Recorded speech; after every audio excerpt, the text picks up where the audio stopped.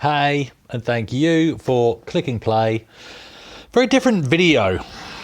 Not just for me, but I think for this scene, to be honest. So,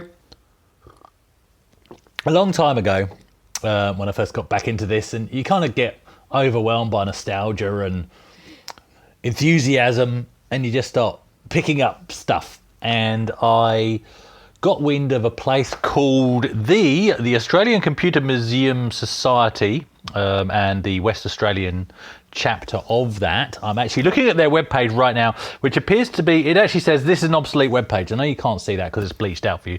This is an obsolete webpage. There is much more happening at, and then it has another website address which links to a subdomain of a service provider over here, and there's nothing on that page either, so I don't know what's happening in that space.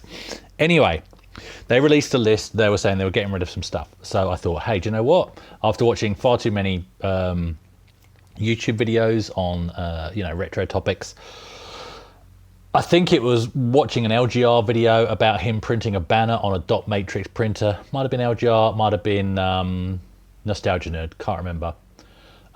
Anyway, hearing those hammers thumping, inadequate graphics onto a piece of paper, it just made me think, I need a dot matrix printer. Of course I do, because that's something I'm missing. Anyway, so they were getting rid of some stuff. So they don't have a museum, not here in WA anyway. What they have is a big shed. I'm not going to say where it is, because where they're at in terms of where I saw them about a year or two ago, it would have been about 2 years ago, maybe even slightly longer, is a big shed near Perth, just chock full of stuff, and not just dumped there. We are talking organised shelves in sections. So I saw a heap of Amstrad PCs there, for example, but there's no publicly accessible exhibit at this point in time. Where they're at is literally trying to catalogue, with pretty much no volunteers and no staff, trying to catalogue a heap of stuff. When I say shed, I'm talking Australian shed. So shed in England is, a little wooden box at the bottom end of your postage stamp size garden. And I say that coming from England, I'm not saying that to be mean. I know what it's like. When you say shed in Australia, you're talking about something literally bigger than my house. I'm literally talking about a big steel and tin structure, larger than my house, possibly as tall as my house. And I do have a 2-story house, which isn't the norm here in Perth. I do, because they tend to get blown over. I do have a 2-story house. I'd argue taller than my house this shed was. Massive, great place, chock full of stuff. And they were getting rid of some stuff. It was literally, so they put some printers and other stuff aside into a sea container. And again, that's a sea container is bigger than an English shed. And they put this stuff aside in a sea container. It was literally, if you don't want it, it's going to go in the skip, because we've got to get rid of all the stuff that we don't want. The only thing I picked up was this, which I have shown before in the pickups. This dot matrix printer, okay? And this is an Epson LX850. Now, if you were watching a quality YouTube channel right now, this would be pulled apart and fully restored, and capacitors replaced, ribbons replaced, rollers, reconditioned. But I'm going to do something different. This is my level. I'm just going to go, let's just see if it works.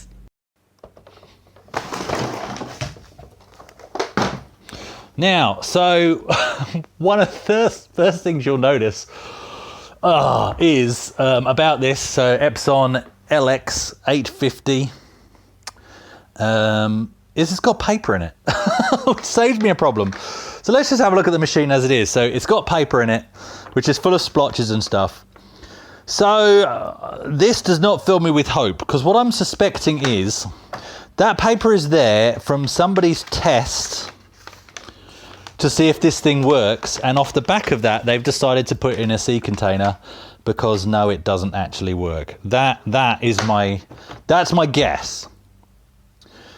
The other possibility is that it does work, and this was the last time somebody put some paper in it. So I don't even have to try and get paper in it. It's covered in dust. It's covered in everything. I'm not even going to wipe it off for this test today. It's got a port in the side. I don't know what that does. But you'll notice so we're just going to have to use some pliers or something if we do need to put new paper in it, because I don't actually have any way of doing the roller. Oh, okay. That moves. Does it do anything? That doesn't seem to do anything. Does this move?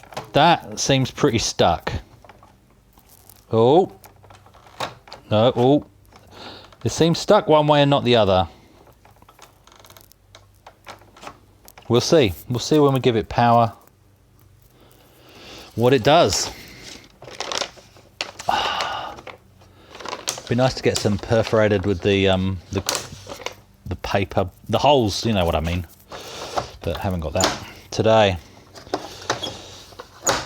Don't know what that piece of tape is on it for. What does that say? There we go. So probably in some office or what have you. It's got parallel on the back. I thought I could smell burning, which is making me paranoid, but I haven't even plugged it in yet. There's some dark marks on the back here. Ah, that's all black sticky goo. Ugh. I don't know what that is, but it's on my hand now. I don't think that's from anything on my shelf. So it's got black sticky goo, it's covered in stuff. Does it have a ribbon? Because that's the ribbon there. All right, that's the ribbon there. And well, that's the ribbon there, look. Sorry. That is the actual ribbon there, isn't it? And that goes round there. It's the most technical channel you'll ever subscribe to, my one. So, what was the title of the video says? Let's see if it works. Right, so one printer. Let's plug this in. It's been a long time since I plugged a parallel printer into anything. That's going into the back of there.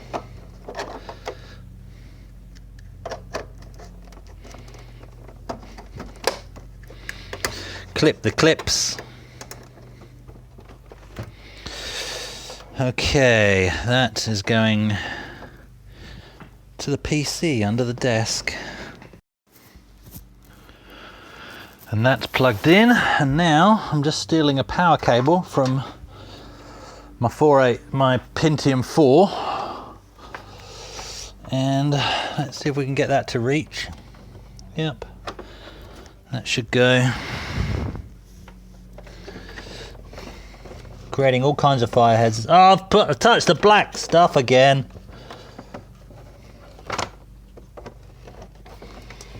Well, it's never good when you suddenly get... Ooh! That beeped. It beeped a thing. And we've got a light on it now. We've got a light. It says power. Doesn't say ready.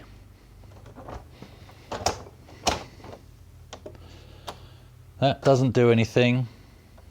That doesn't do anything. That doesn't do anything. None of these do anything. Let's turn it off. Turn it on again.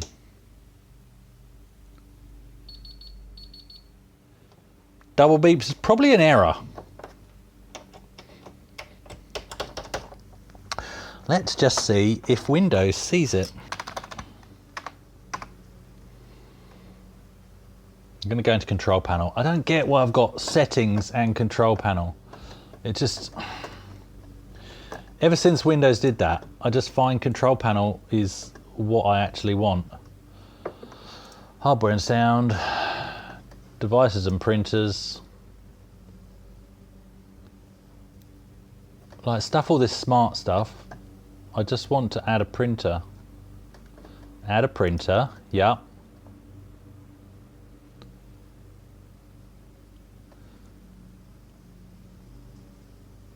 It's not going to find it there.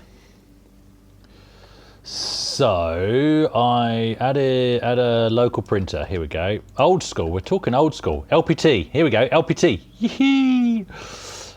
LPT1. We go next.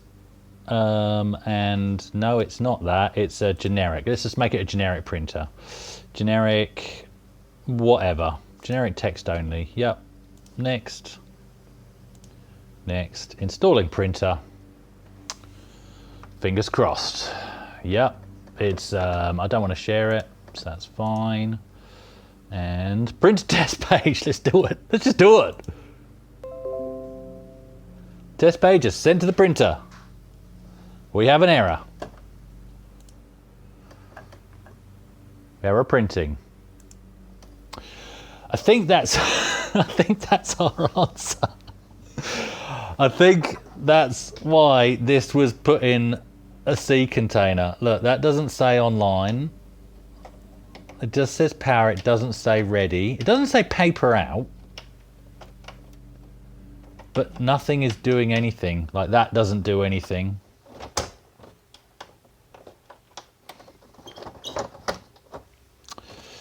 So what could be the problem? Maybe that... Maybe that... What? What have we got in here? There's a bug or something. There's something there. I don't know what that is. Let's put that there. Let's try. I mean, this isn't doing anything. Where does the paper go? Doesn't the paper go under those? I'm not convinced.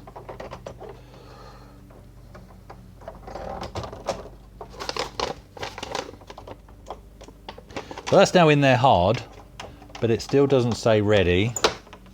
That doesn't say ready. We're missing a bit. We don't need that.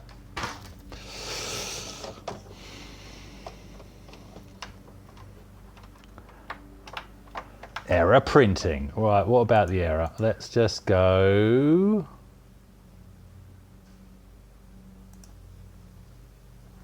Yes, cancel. And let's try printing that again. Error printing. It's not happy, is it? I think that is for using the things. I think that engages the drive for the things.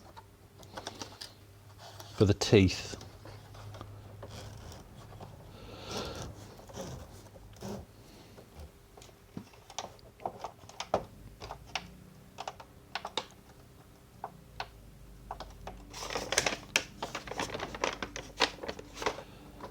It's really not happy.